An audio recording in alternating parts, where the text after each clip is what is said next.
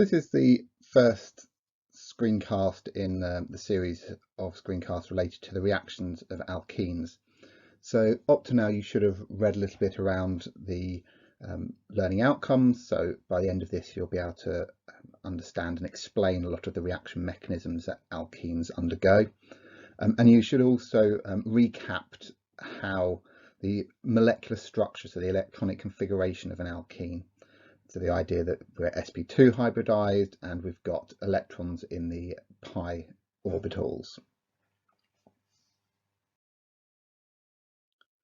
So our alkene double bond has this pair of electrons in the pi orbitals, and so what we need to remember is those p orbitals are a little more diffuse, so a bit further away from the atom's nucleus, and that makes those electrons just that little bit more available for bonding. If we were to look at things like bond strengths, bond energies, we know that a double bond, a pi bond, is much weaker than a sigma bond. We don't have the same amount of orbital overlap that we do in the sigma bond, and therefore those pi electrons are going to be the reactive electrons here. So let's have a look at what happens when we take an alkene and we react it with a bromine. What we would do is we would end up by adding the two bromine atoms across that double bond. And we're now going to have a little look at how that might happen, because it's not clear that we have a nucleophile and an electrophile, but once we start looking into it in more detail, we can begin to understand where those things come from. So we've said that our double bond here has got lots of electron density, and so therefore if we have lots of electrons, we have a high electron density, that it's likely that that's going to act as a nucleophile. And in this case we have a bromine atom. Okay, and the bromine is known to be what's called a polarizable molecule. Okay, there's lots of electrons in there, and what you can imagine is as that high electron dense molecule approaches the double bond, the electrons are going to repel themselves, so that the electrons in the Br will move towards the top, and we end up with this dipole across the bromine molecule. So we end up with a delta plus and a delta minus. So what then happens? Well, we have our nucleophile in the alkene double bond, and we now have our electrophile, which is this delta positive bromine atom. And so the electrons from the double bond are going to react with that bromine atom. They're going to form a new bond, and that bromine is going to break its bond with the other bromine atom to give us a Br minus anion and add one bromine to our double bond. So our double bond will have gone. We'll have a bromine atom here, and we'll have Br minus. Now, because we've broken that double bond where there were two electrons in there, both of those electrons have gone to form this new carbon-bromine bond. So we've got the two electrons are in here. And what that means is that the carbon that doesn't have the bromine attached to it has effectively lost control of one of its electrons. It's been given up to form this new bond, and so therefore we end up with a positive charge on that carbon. Now at this point we have the bromine with its lone pair of electrons. Again, the bromine's quite a high electron dense region.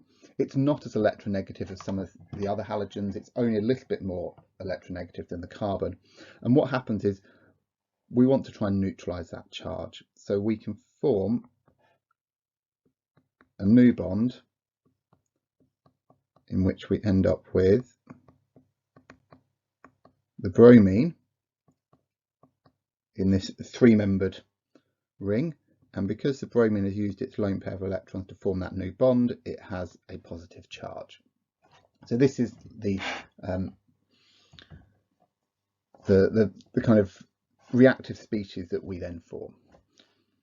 So at this point our Br minus can re-enter our reaction mechanism, and it will attack either one of the carbon atoms. It doesn't matter which one, they're both identical in this particular example, and it reacts almost like an SN2 reaction. It's not quite, but it's very similar.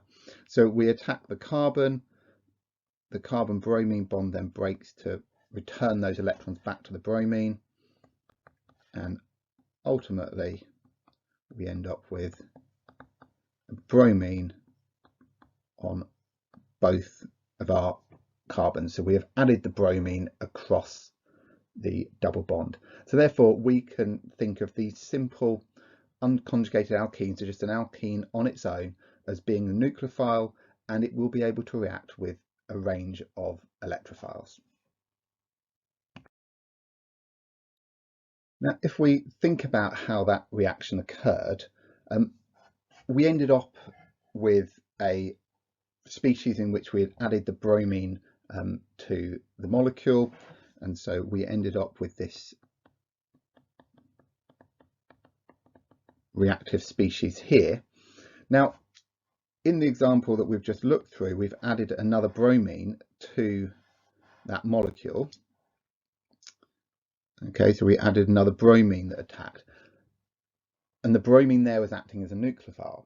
But of course, if you have any other nucleophiles in your reaction mixture, so if we take this example here where we have water, then we could have a different nucleophile attack that bromonium ion, and therefore we would end up with another product. So here's the example where we have taken this methyl substituted alkene, we've added bromine, but we've done it in the presence of water, and at the end of that we've ended up with a different product. We've ended up with a bromine added as we did in the start, but then we've opened that bromonium ion with an OH group instead.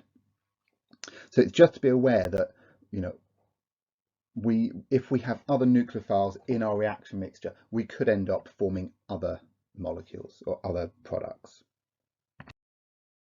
So as an exercise to check that you have understood how this reaction mechanisms work, what I would like you to do is to take these two reactions at the bottom here and draw out their reaction mechanism.